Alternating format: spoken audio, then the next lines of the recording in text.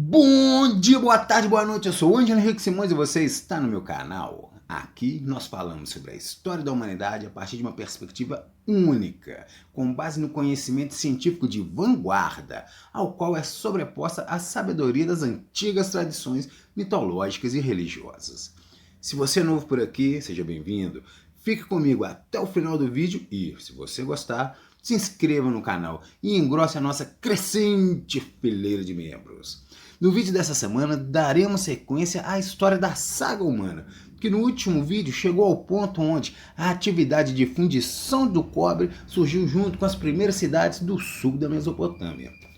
E para conhecer mais conteúdos que eu produzo, siga a página de A Saga Humana no Facebook, leia o meu livro, A Saga Humana, e assista a esse vídeo comigo até o final. E, enquanto rola a vinheta, já sabe, né? Já vai deixando o seu like porque eu garanto que vai valer a pena.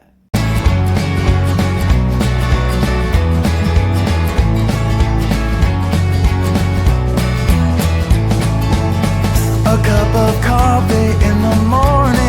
O alvorecer da Era de Touro.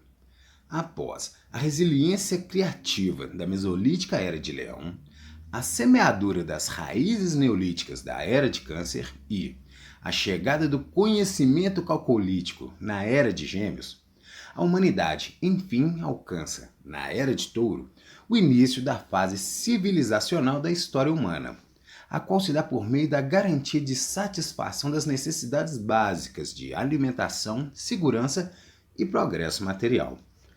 Foi ao longo da Era de Touro que o excedente agrícola passou a ser capaz de alimentar uma força de trabalhadores especializados cada vez maior, a serviço de uma administração centralizada. E dessa forma, o homem se fixaria na Terra, por meio do estabelecimento das primeiras civilizações. Pela primeira vez na história, o poder não se sustentava mais exclusivamente na força bruta, mas a partir de agora, também na força da economia, a qual tinha origem na capacidade de criar e administrar um sistema de riquezas com base no controle da produção.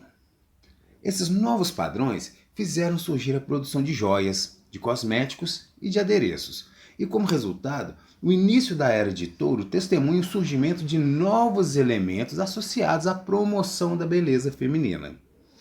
Foi também a partir dessa época que começou o acompanhamento do ciclo temporal por meio da introdução de calendários, o registro de informações por meio do surgimento da escrita e o aumento da mobilidade de pessoas e de mercadorias, o qual foi facilitado com o uso da roda e o uso dos animais de montaria.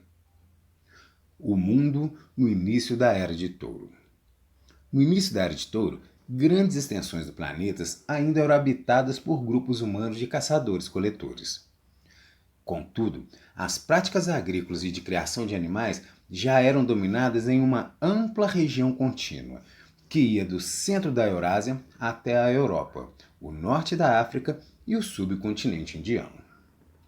Adicionalmente, as práticas agrícolas e de criação de animais de rebanho também já existiam nas regiões insulares da Ásia e da Oceania, na Mesoamérica, no extremo oriente da Ásia e na porção oriental da América do Sul. Embora a maior parte das populações que vivia nessas regiões com domínio sobre a agricultura fosse de cultura neolítica, as práticas de fundição do cobre já eram dominadas no Oriente Médio, na Europa, na Índia e no extremo oriente da Ásia.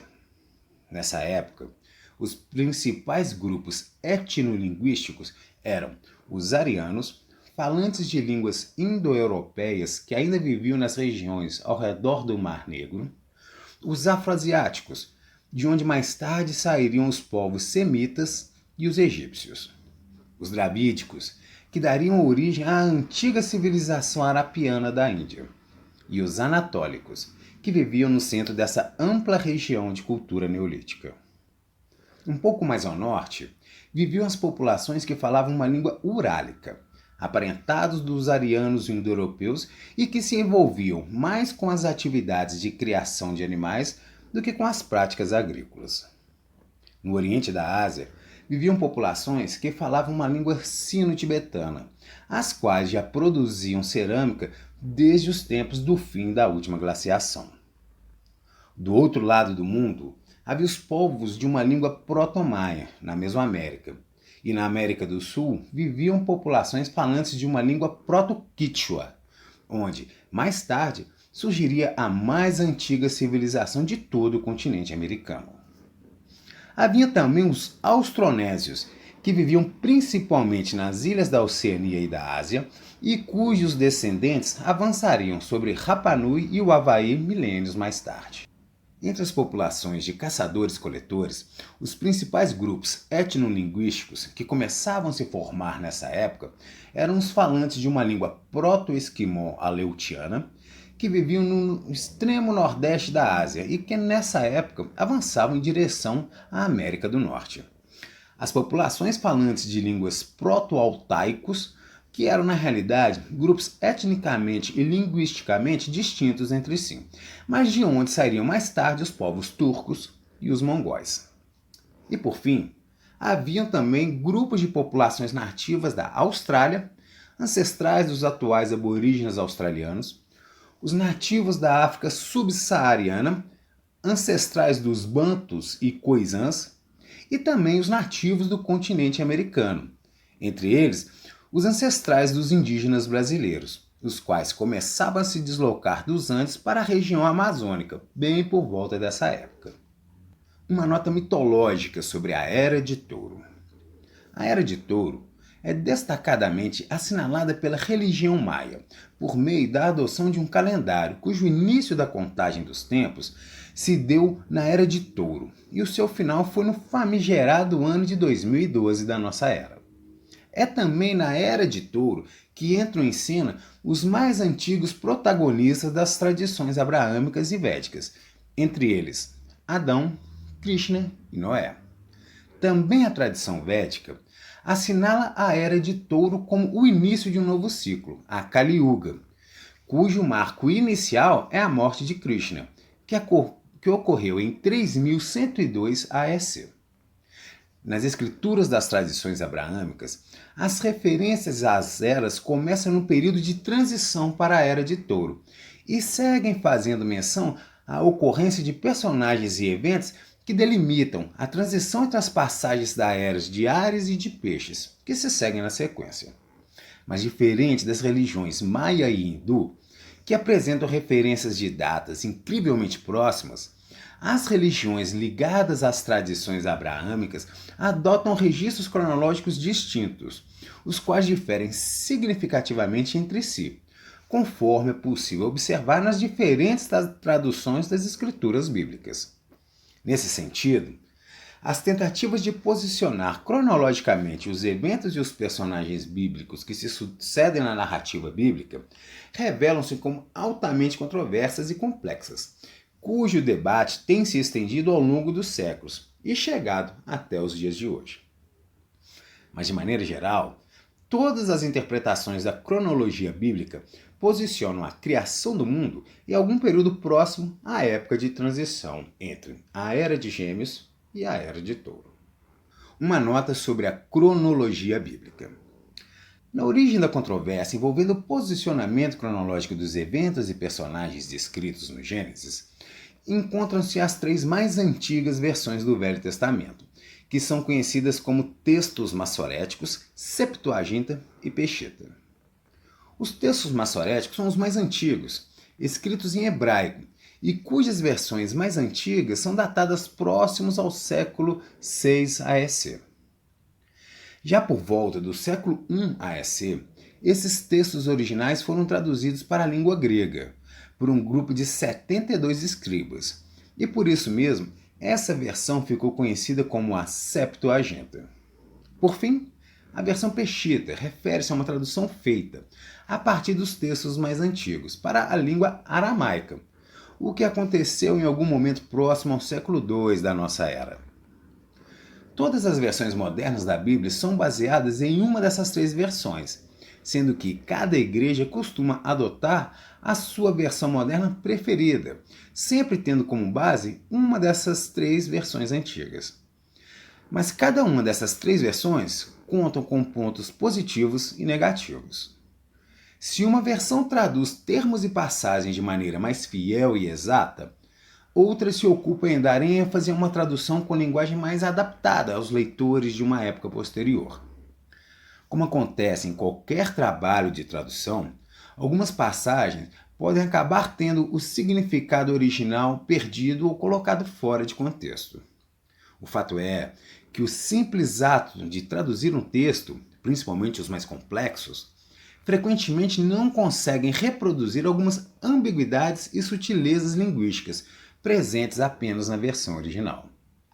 Mas seja como for, o conteúdo que eu produzo sempre considera o posicionamento cronológico dos eventos e personagens bíblicos com base na versão do Gênesis encontrada nos textos massoréticos, que é a versão original da Bíblia, escrita em hebraico e cuja autoria é normalmente atribuída ao profeta Moisés.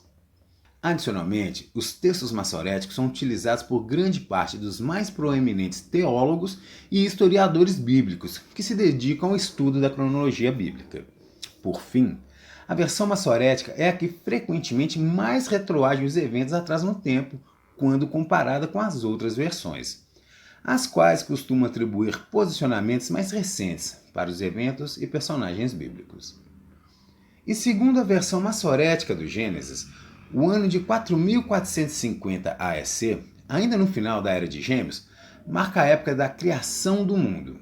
E 4100 AEC, já na Era de Touro, a criação de Adão, o primeiro patriarca das tradições abraâmicas.